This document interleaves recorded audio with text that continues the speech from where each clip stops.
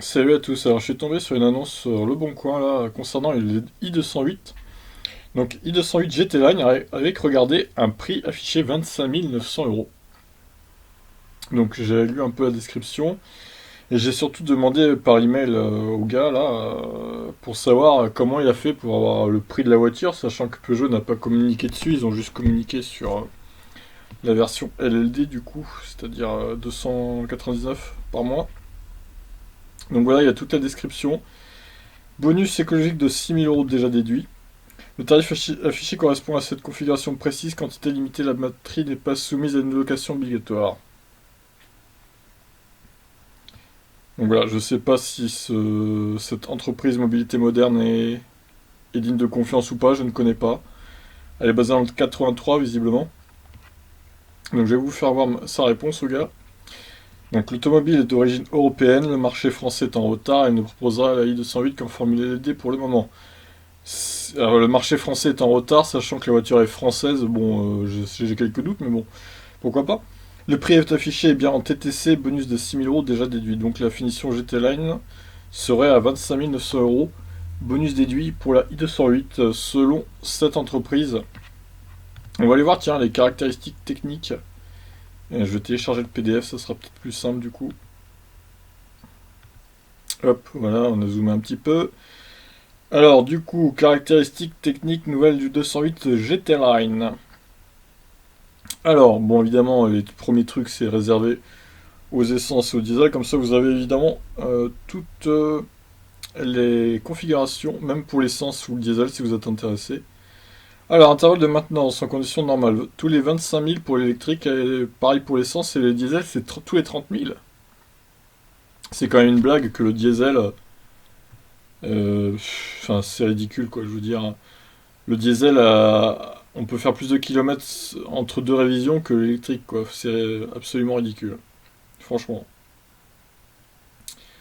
Alors, boîte auto pour l'essence, manuel 6, boîte manuelle 6 rapports pour l'automatique, pour le diesel. Donc réducteur hein, évidemment pour l'électrique. Alors, en cours d'homologation. Donc là, on sait pas. Ça non plus d'ailleurs. Alors, les pneus. Roue de secours non disponible en électrique.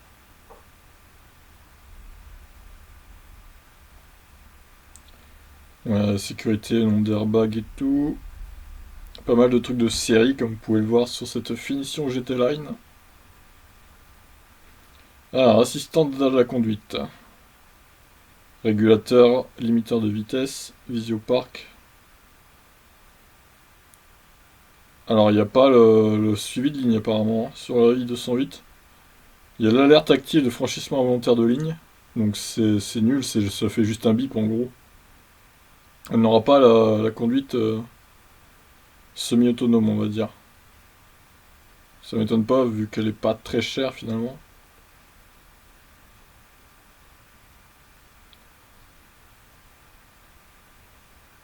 Esthétique intérieure.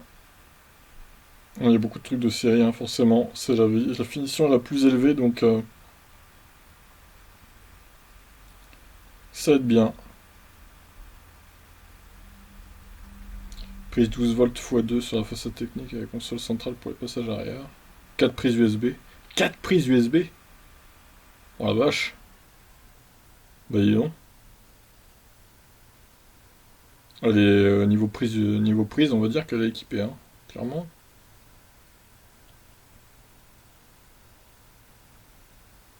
Le connard a déjà 2 prises. Je crois qu'il a 3 prises USB, mais la troisième je l'ai pas trouvée, je sais pas où elle est. Moi j'en utilise que 2 de toute façon. Bon là on a les trucs des couleurs et tout. Dimension. Alors en longueur, ouais, ça c'est intéressant. Elle fera 4,05 m, presque 4,06 m, donc plus courte que le Kona qui fait 4,18 m. Largeur 1,74 m, hauteur 1,43 m, empattement 2,54 m. 5 places donc. Volume mini du coffre 265 320. Volume maxi du coffre, bon c'est pareil hein, pour les trois versions de toute façon. Évidemment, le diesel a un plus petit réservoir que l'essence. Étonnant. Voilà pour les caractéristiques de cette i208. GT Line donc qui commencerait à partir de 25 900 euros, bonus déduit. Bah, après, le prix me paraît pas délirant vu le prix de la version 48 kWh de la ID Neo de Volkswagen, qui est 2000 euros moins cher du coup. Ouais, ça me paraît crédible, hein, honnêtement, un prix pareil. Et si ça s'avérait juste, bah, c'est plutôt un bon prix, je trouve. Pour le coup, avec une voiture qui sera plutôt bien équipée, même si elle n'a pas les aides à la conduite et tout.